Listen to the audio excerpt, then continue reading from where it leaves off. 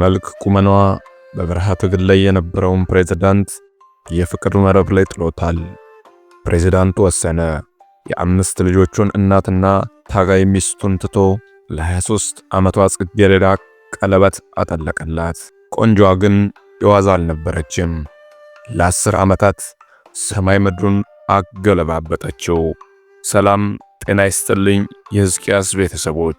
ዛሬ በመጨረሻም አሮጊቷ አስማተኛ ስለተባለላት ቆንጆ ሴትና የጭካኔ ጥጓ እነግራችኋለሁ። አብራችሁኝ ቆዩ።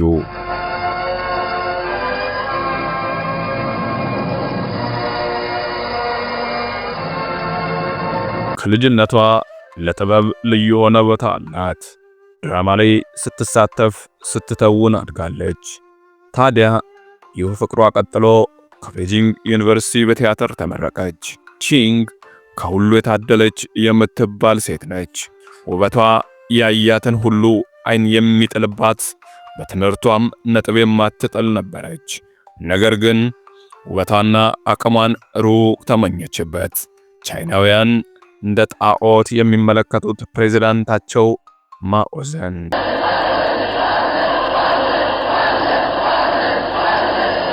መልክ ቁመናዋ ማኦን በፍቅር ሲጠራው ስልጣኑም እንደሚከተል በስል አይምሮዋ ተረድታለች። ከሁለተኛው የዓለም ጦርነት ቀደም ብሎ ጃፓን ቻይናን ወረረች። በዚህም ጊዜ ነበር የቻይናው ኮሚኒስት ጦር ወደ መሸገበት የጦር ምሽግ ያመራቸው። ጦሩን ተቀላቅላ ድራማዎችን፣ ቲያትሮችን እየሰራች ጦሩን እያዝናናች በበረሃ ትግል ቀጠለች። ድራማዎችን፣ ቲያትሮችን ስትሰራ ግን ሊቀመንበር ማኦ ላይ መረቧን እየዘረጋች ነበር። ጎልማሳው ማኦ የቺንግ ውበት አለሳልሶ በፍቅር መንጠቋን አስዋጠው። በፍቅሯ ተነደፈ። ቺንግ ግቧን መታች። ማኦ አብራው የታገለችውን የአምስት ልጆቹን እናት ትቶ ቺንግን ለትዳር አጫት። የኮሚኒስት ፓርቲ ኃላፊዎች ሊቀበሉት አልፈለጉም። ሊቀመንበር ማኦ ግን በ22 ዓመት የሚበልጣትን ቺንግን የማግባቱን ነገር ሊተው የማይችል ነገር እንደሆነ አሳወቃቸው። የኮሚኒስት ጦር ዋና ከተማ ቤጂንግን ሲቆጣጠር ቺንግ ቀዳማዊት እመቤት ሆነች። ቺንግ ግን ህልሟ በዚህ የሚያበቃ የፕሬዝዳንት ሚስት ሆና መኖር የምትፈልግ ሴት አልነበረችም። የማኦን ቦታ ለመረከብ ወጥና ነበር። ማኦ ቺንግን ባገኘበት ጊዜ የኮሚኒስት ፓርቲ ኃላፊዎች ቺንግ ከማንኛውም ስልጣን ለ30 ዓመታት እንዳትወጣ ተስማምተው ነበር ያገባት።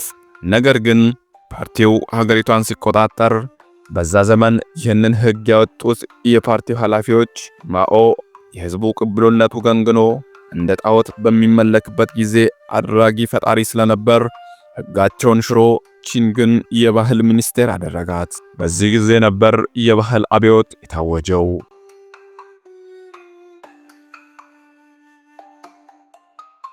ማኦ ከቺንግ ጋር ፍቅሩን እያጣጣመ ቺንግም አዲሱን ወንበር አደራድላ ቀጠሉ።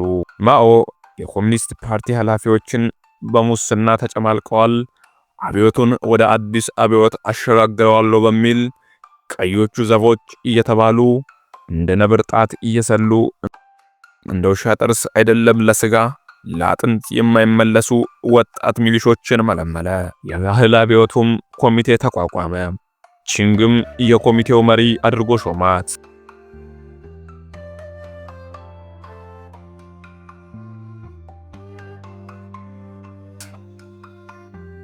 ኮሚቴውም ከማኦ በመለስ አድራጊ ፈጣሪ ሆነ።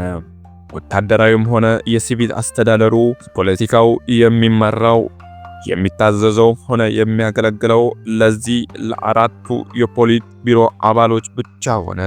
አራቱ ጉልቤዎች ቺንግን ጨምሮ በሚሰሩት ተቀጥላ የሞት ካርድ ስም አርቲስቶች፣ ባለስልጣኖች፣ ሙዚቀኞችና ሲቪሎች ተፈጁ። ቺንግ አይነ ውሃው ያላማራትንና ያቂመችበትን ሁሉ 3 አጋሮቿን ተገና አድርጋ በማኦ ሙሉ ፈቃድ ደባባይ ክንዷ እስኪዝል ቃታ እየሳበች ረሸነች፣ አስረሸነች። ቻይና የባህል አብዮት በሚል ለ10 ዓመታት ሕፃን አዛውንቱ ሐውልት መብራት ሁሉ ጥፋት ተፈጸመበት። ቺንግ ዓመታትን ወደ ኋላ ተመልሳ ባስታወሰችው ላይ ቂሟን ተወጣች። ከ30 ዓመት በፊት ዝቅ አድርገው አይተውኝ ነበር ያለቻቸውን አርቲስቶች ማኦን ስታገባ ለ30 ዓመታት በስልጣን ላይ እንዳትወጣ ሕግ አውጥተዋል ያለችውን የፓርቲውን አመራሮች በቀድሞ በነበራት ሕይወት በጉዲፈቻ ያሳደገቻቸውን ልጆች እንዲሁም ከማኦ ከቀድሞ ሚስቱ የተወለዱትን ልጆችና እናታቸውን ግማሹን አስረሽና ገሚሱን አሳስራ ገሚሱን የአእምሮ ህመምተኛ አድርጋ የጭካኔ በትሯን አሳረፈች። ከሁሉ ግን ከማኦ የወለደቻትን ልጅ ያገባችው ገበሬ ነው በሚል ከባሏ አፋታ አእምሮዋን መንካቷ ቺንግን የጭካኔ አድማስ ያሳየ ነበር።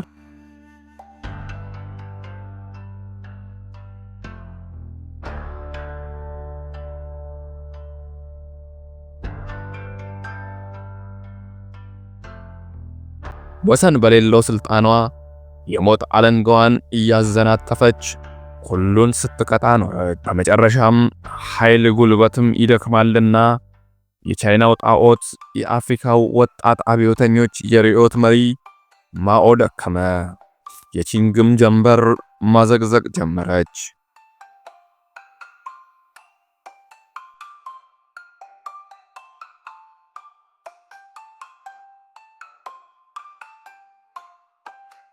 ቀድሞ ድሃ ተበደለ ፍርድ ተጓደለ ያላሉለት ህዝብ አያስጥልም ሆነና ማኦን ተገና አድርጋ ጦር የሰበቀችባቸው የፓርቲው ኃላፊዎች ጥርሳቸውን አሹረው ተነሱባት። ቺንግንና ሶስቱን አባሪዎቿን ለመጣል ሴራ ጠነሰሱ።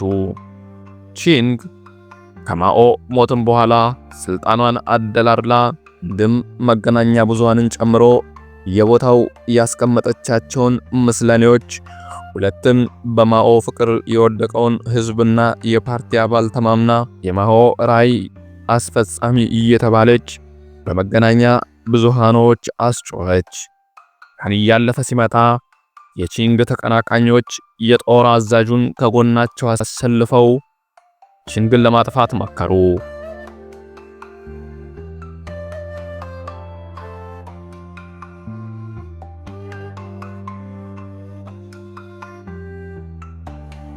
ቺንግና ተባባሪዎቿ ግን የጦር አዛዡ ከጠላቶቻቸው ጎን እንደነበር አላወቁም ነበር። የቺንግ ተቀናቃኞች አስቸኳይ ስብሰባ ትፈለጋላችሁ ብለው የፖሊት ቢሮ አባላቱን በሙሉ ጠሩ። በዚህ ጊዜ ቺንግና ተባባሪዎቿ ስልጣንን እንዴት በቁጥጥራቸው ስር እንደሚያደርጉ እየመከሩ ነበር። የቺንግ ሶስት አባሪዎቿ የፖሊት ቢሮ አባል ስለነበሩ ስብሰባውን ለመካፈል ወደ አዳራሹ ሲያቀኑ ወታደሮች ካቴና ጠለቁላቸው። ልዩ ኃይሉ ቀጠለ። ወደ ቺንግ አመራ። ቺንግ በሰገነት ላይ እየተዝናናች ነበር። ወታደሮቹ ወደ እርሷ ቀርበው ሰንሰለቱን ጠለቁላት። ጊዜም የሚያልፍ የሰራዊቱን ብዛት የሚያድን መስሏት አላፊ አግዳሚውን ሁሉ የሞት ጽዋ ስታግት የኖረችው ቺንግ እጇን ተይዛ ወህኒ ተወረወረች።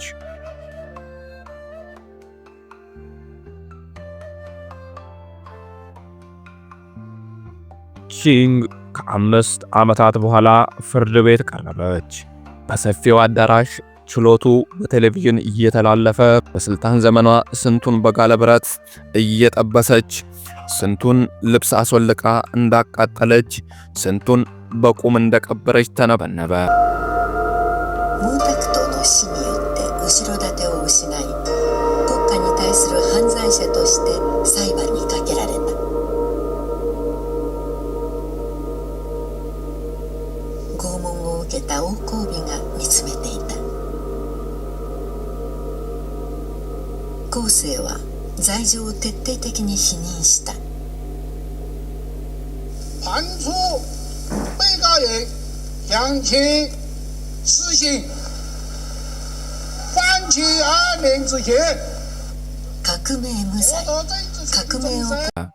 ቺንግ ግን አይኗን አጉረጥታ መልስ እየሰጠችና የቀረቡትን ክሶች እያናናቀች ተከራከረች።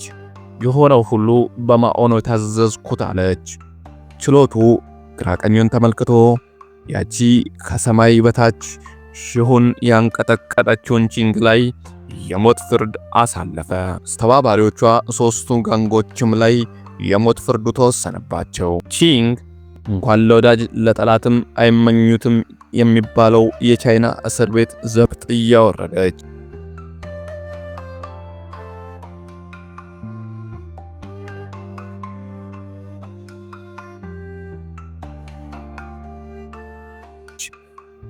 በእስር ቤት ቆይታዋ በስልጣን ዘመኗ እጇን ተሳልመው ኮቴዋን ስመው ያሳለፉት ሁሉ ረሷት። ነገር ግን ባልሽ ገበሬ ነው በሚል ከባሏ አፋታ የአእምሮ ህመምተኛ ያደረገቻት ልጇ ብቻ ነበረች ጠያቂዋ።